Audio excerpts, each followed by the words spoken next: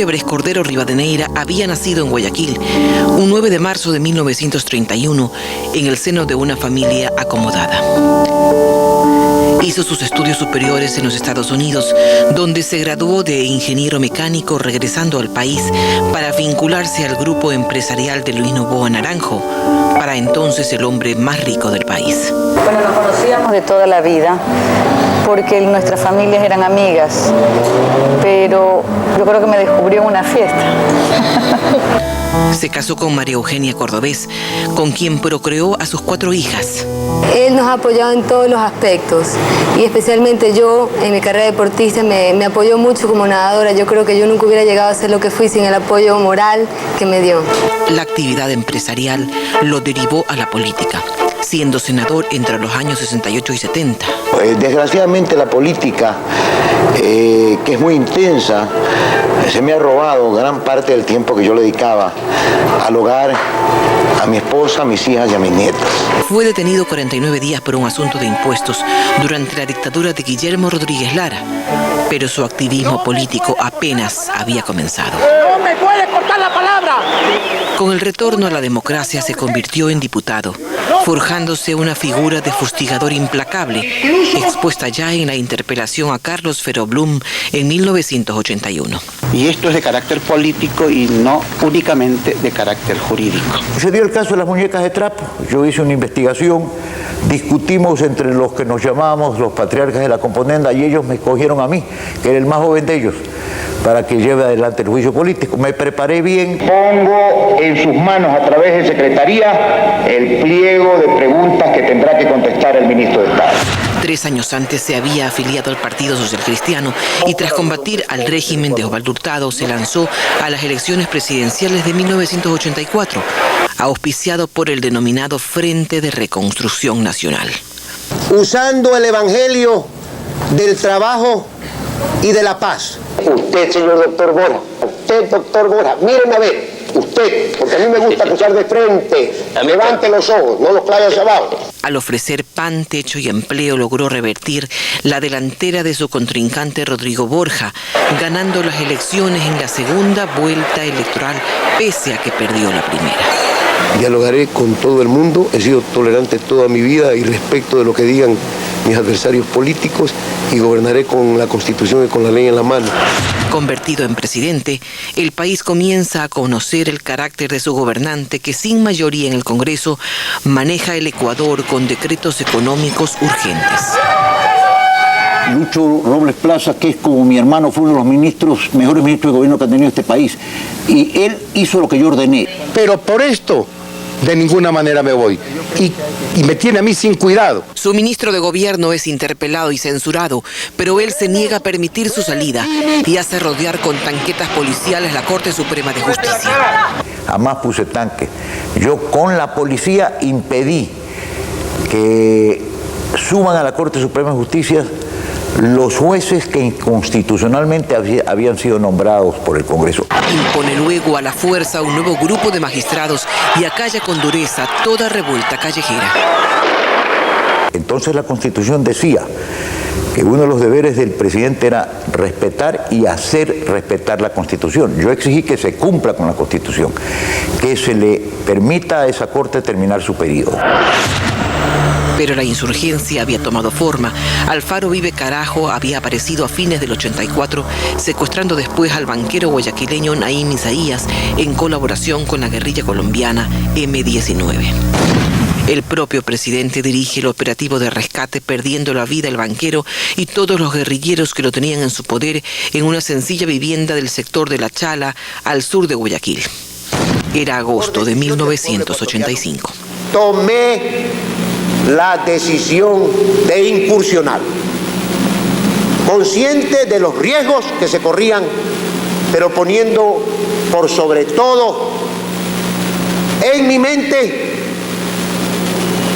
el inmediato y posterior futuro del pueblo ecuatoriano. Este fatal epílogo pareció conminar a Febres Cordero a perseguir y acabar al grupo guerrillero. De esto se ufanaría más tarde, asegurando que él libró al Ecuador de la guerrilla. En salvaguarda de los intereses del país, y no de los propios. Hasta casi la mitad de su periodo presidencial, sus acciones políticas y económicas le permitieron al país un sostenido crecimiento económico. La cena de gala en la Casa Blanca coincidió con el aniversario matrimonial del presidente León Febres Cordero y de su esposa Eugenia. Contó además desde el principio con el apoyo de Estados Unidos, al punto de haber sido recibido en la Casa Blanca en visita de Estado en marzo de 1986.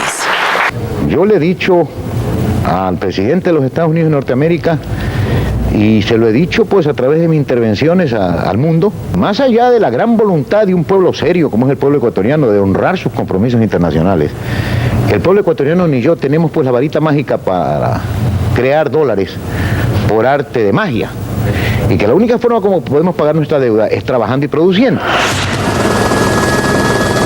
El general Vargas Pasos se acercó a donde esperaba el señor presidente. A su retorno, sin embargo, lo esperaba un desafío militar encabezado por el general Fran Vargas Pasos, que se tomó la base de Manta con el respaldo de la tropa. General Vargas, ¿qué va a pasar con la democracia?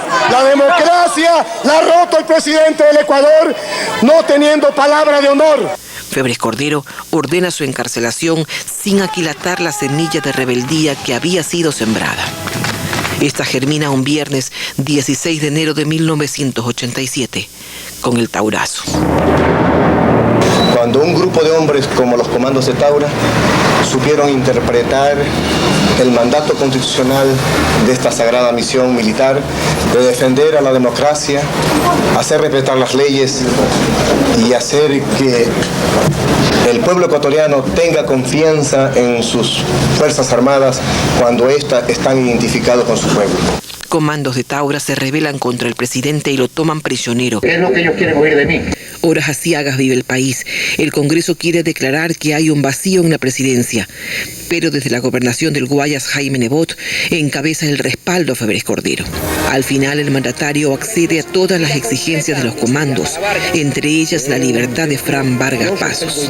Se encuentra dictando una garantía para las personas que han realizado el acto de secuestro contra él. La reportera de Ecuavisa, Teresa Arboleda, y el camarógrafo José Vázquez son los únicos testigos civiles de este acuerdo y lo transmiten al país, sellando el fin de ese Viernes Negro. Punto. Firmo. Ponga abajo León Febres Cordero R. Para evitar el menor costo social posible. Pero que la baja del precio del petróleo a niveles peligrosísimos es un hecho, que esperamos que no dure mucho tiempo.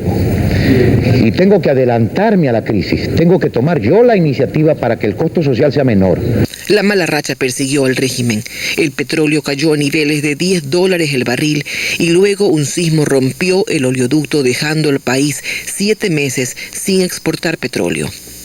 El Sucre siguió devaluándose, la economía decreciendo. Pero nada hizo cambiar el recio carácter de León Febres Cordero, a quien durante el gobierno siguiente lo enjuiciarían por el manejo de los gastos reservados. Vaya o no a la cárcel, el expresidente Febres Cordero pasará a la historia como el primer exmandatario sobre quien pesa una orden de prisión. No existe infracción que investigar y mucho menos delito que perseguir. Esto es la única verdad. No tuvo sentencia condenatoria ni enjuiciamiento alguno en el futuro por violación a los derechos humanos pese a las múltiples denuncias. La última Comisión de la Verdad, creada en mayo del 2007, recogió en su informe preliminar 500 casos de tortura y detenciones arbitrarias y 150 desapariciones forzadas, en las que constan los hermanos Carlos Santiago y Pedro Andrés Restrepo Arizmendi, la profesora Consuelo Benavides, Fausto Basantes, Ricardo Merino, Patricio Flores, entre otros casos suscitados entre 1984 y 1988. Y es que, aún fuera de la presidencia, León Febres Cordero no se alejó del poder. Ahora lo que tenemos que hacer todos los ecuatorianos indistintos es apoyar a que este gobierno de transición establezca las bases, como bien se ha dicho, lo dijo usted en su discurso. Los mandatarios que lo sucedieron para gobernar debieron contar con el apoyo de la Fuerza Social Cristiana liderada por él y evidenciada en un enorme bloque de diputados. Abro la puerta para todo lo que sea positivo y ese fue el fondo de mi planteamiento. ¿Por qué convoqué solo a la Izquierda Democrática? Porque es el partido más representativo de la sierra y el social cristianismo es el más representativo de la costa. Es cuando se casa en segundas nupcias con Cruz María Mazú y da rienda suelta a su enorme pasión por los caballos de paso.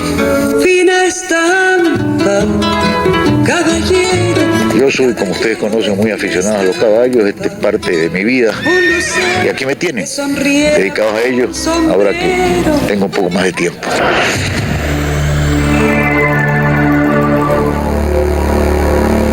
Para entonces Guayaquil era una perla en ruinas, saqueada, destruida, sumergida en corrupción y basura. La gigantesca acción municipal ha cubierto hasta donde ha sido posible las ingentes necesidades de Guayaquil. Así la recibe en 1992 León Febres Cordero, cuando el amor por su ciudad lo había hecho correr por un cargo menor al que había tenido. Pero es aquí, ocupando simbólicamente el sillón de Olmedo, cuando su talla de estadista se hace grande y el político se vuelve reconstructor y es ungido como salvador de la ciudad al transformarla en 2 periodos consecutivos en los que su poder local tiene impacto nacional. Eso no solamente lo digo yo, lo dice un propio íntimo amigo de él, como el doctor Maldonado Renela, que dijo que él mandaba no solamente en la corte, sino en el país entero, y que a partir de las 8 de la mañana él comenzaba a dar órdenes en la mesa del comedor. Lo llaman entonces el dueño del país por su enorme influencia en las cortes de justicia, donde se denuncia que hay jueces que solo le responden a él y a sus delegados. Y su voz, perenne en la prensa nacional, adquiere el carácter de sentencia. Ustedes me conocen, yo no me ahuevo jamás.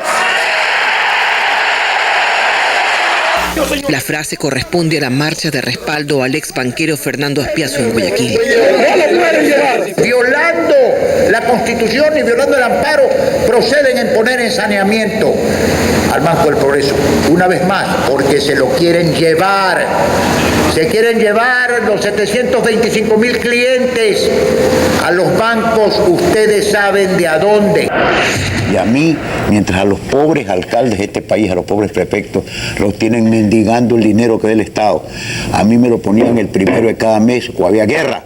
La asamblea fracasó y en eso hay corresponsabilidad del Partido Social Cristiano. Y luego vendrá, no la mariposa, sino vendrá burbuja.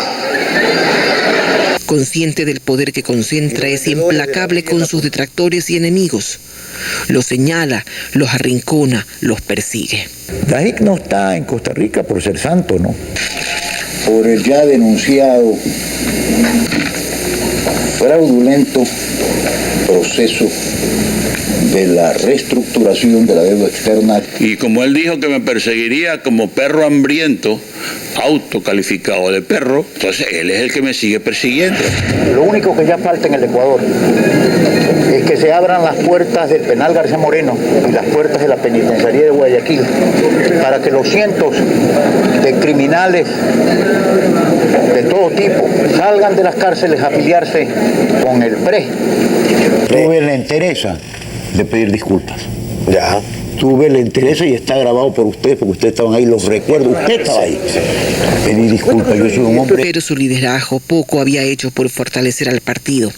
Sus candidatos presidenciales fracasan y cuando se postula a su última diputación, su fuerza en el Congreso está disminuida.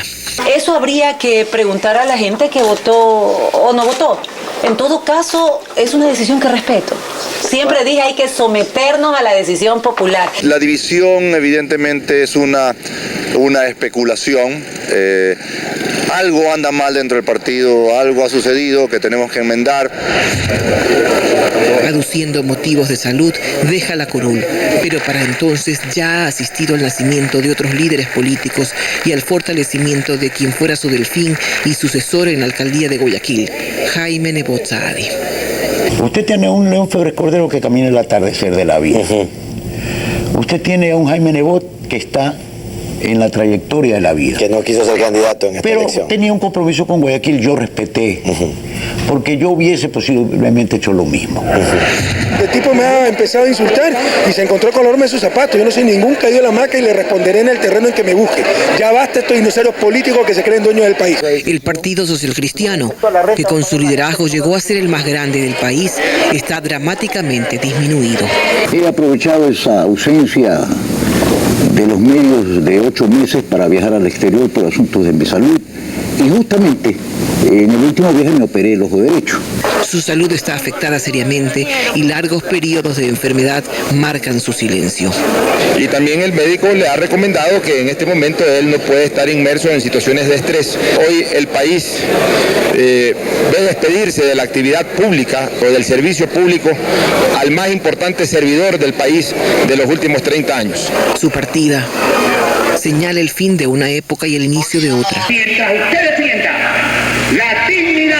Con las pinceladas del tiempo se hará el retrato real de León Febres Cordero, cuya muerte enluta a Guayaquil sobre todo, donde generaciones enteras recordarán a este líder polémico, altivo, de grandes odios, de grandes amores. Tania Tinoco, Ecoavisa.